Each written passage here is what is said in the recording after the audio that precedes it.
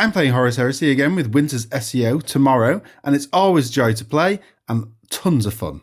This is obviously because of how pretty Winter's table setup is, and how well he knows the game rules, so it flows so well.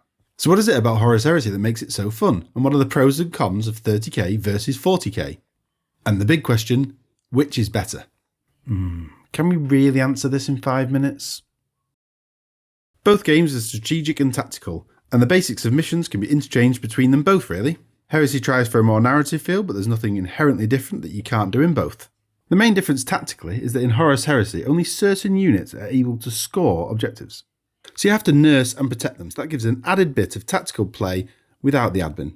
The main difference in army construction is that the 30k rules come from the perspective of the units you want to bring, rather than all about the buffs, relics, warlord traits, stratagems, overlapping buffs, etc. A lot of people have said that 40k is now very tournament focused, and the rules are written to be watertight with regular FAQs. Tournament scoring is all about objectives, primary and multiple secondaries, and the admin element is much higher than in Heresy, which is pretty simple, and it depends what level of complexity you like. The 40k competitive scene is in a good place, and better than Heresy. Nothing's perfect of course, and there's tons to improve. 30k hasn't had an update since its release, and it also has some troubling mechanics that add some dimensions for competitive conflict, like using templates and scatter dice. I don't think I'd like to play competitive 30k to be honest, so for me, Horus Heresy lends itself more to fun games, whether narrative or not. 40k is going through its most balanced period ever, and that should get better in 10th. Apparently. 30k isn't balanced, and there's no attempts from GW to make it so. So in a friendly game type, which is more where 30k is coming from, it's down to players to be reasonable with each other. Don't bring 10 dreadnoughts. In 30k so far, I've not really had a game that felt super one-sided. We've just brought things we wanted to bring, had fun, and balance hasn't really been a factor. So even though the game isn't balanced, it's easy to play without it being an issue. It could be because factions don't have that many special rules, and not many warlord traits, certainly no stratagems, relics and CPs. In 40k, and very recently, I've played in games where either I've had zero chance, or felt like my opponents had no chance.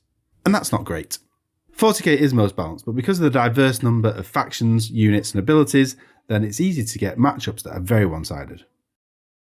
In Heresy, no single character or unit is going to kill everything and win the game for you. It's actually more of an overall army tactical game. Shooting is one of the most powerful parts of Heresy games, but it's in no way as devastating as in 40k.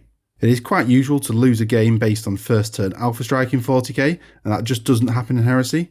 I took Tau to a tournament recently and won 3 games purely on their ridiculous early game shooting. The decision to go into melee in Heresy seems a more impactful one to be honest. Once in, you can't leave, so you have to be sure it's a good decision. The order of fighting is determined by the ability of the units in the fight, not just because they're charged, or an arbitrary turn taking or worse, CP interrupt.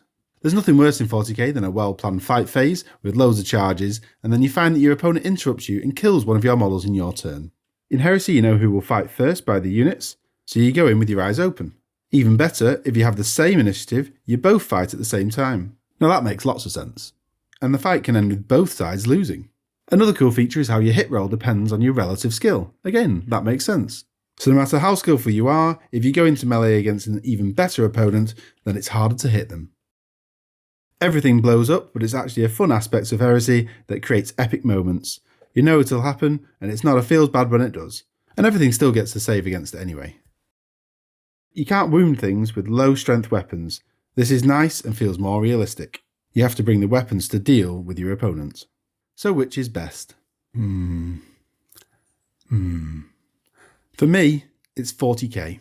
You can play 40k simply and create narrative games for fun, but you can also have that hardline competitive element which is readily available. It kind of has everything.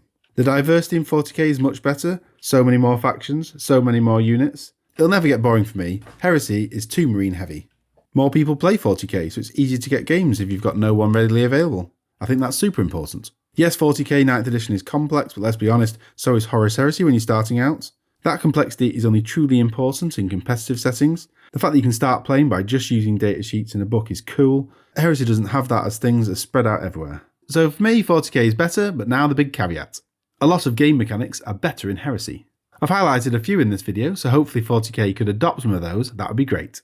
And let's be honest, they are just 7th edition 40k things anyway. I'd love to know what you think about this, and I'll see you again soon. Bye.